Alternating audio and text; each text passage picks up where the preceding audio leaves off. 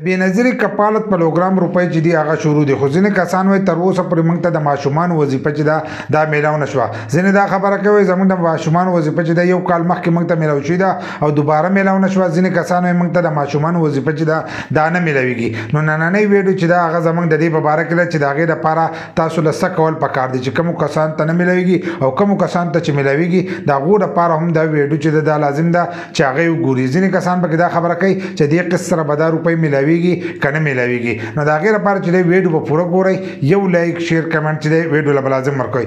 بل دا ویډیو معلوماتي او د غریبانو دپاره نو تاسو راخلئ مخکې شیر کوئ چې نورو کسانو ته هم ورسي او دا لایک شیر کمنټ چې دی دا پرېږدئ. نو دا د ویډیو له چې دی دا لازم ورکوئ. نو د بېنظیرې کفالت پروګرام 10,500 روپۍ چې دی هغه شروع دي، خو حالن ساعت چې دی په ټول ملک کې دا نه دي شروع.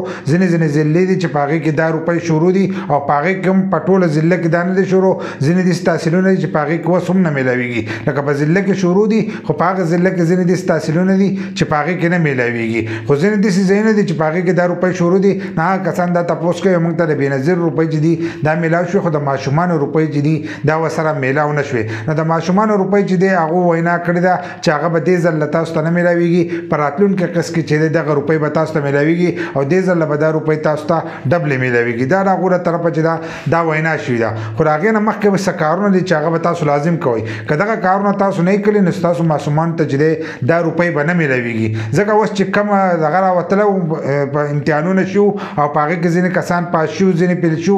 نو ځینې پکې پاس شو چې هغو سکولونه چینج کړي دي، سکولونه یې چینج کړي. نو کومو ماشومانو چې سکولونه چینج کړي نو هغه ماشومانو ته چې دی دا روپۍ به نه میلاویږي. د هغې لپاره به تاسو داسې چل کوئ چې د خپلو ماشومانو رجسټریشن چې دی دا به اپډیټ کوئ.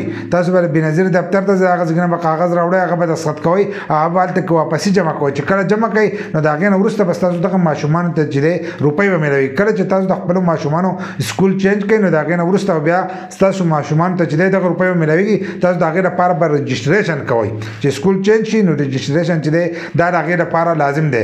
بل دا چې تاسو خپل ماشومان چې دي هغه به په پابندۍ سره سکول ته لیږئ. چې په پابندۍ سره تاسو سکول ته ور ونه لیږل نو بیا دغه ماشومانو ته چې دی هم د ماشومانو وظیفه چې دا نه میلاویږي. 70% د هغو حاضري به پوره کوئ.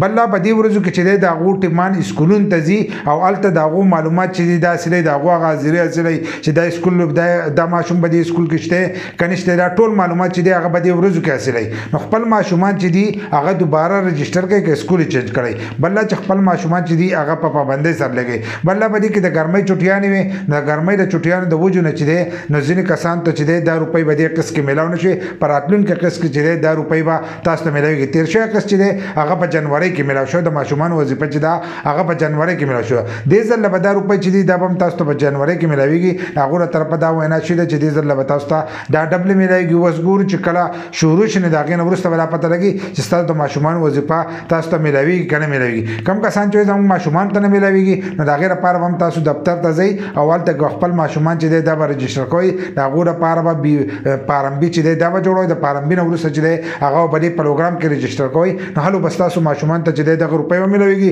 بل دا چې هغه به سکول ته لیږئ نو د هغې نه وروسته به میلاویږي. چې سکول نه کوئ نو دغه به ورته نه میلاویږي. خو په سکول کې چې دی کوم سکول کې چې هغه کوئ نو هغه سکول به ورسره هم تاسو رجسټر کوئ. چې دغه سکول یې نه رجسټر کړی نو بیا ورته هم نه میلاویږي، ځکه چې هلته کې هغه ټیم لاړ شي او دا ماشوم هلته کې نه موجود نو بیا هم نه میلاویږي. بل دا چې تاسو سکول پکې نه ورچولی نو هم هغو ته دا پته نه لګي چې دی سکول ته ځي که نه ځي. چې کله ستاسو ماشوم سکول ته ځي نو دغه روپۍ چې دي دا به ورته میلاویږي او دې ځل چې دی دا روپۍ نه ورکړی کېږي.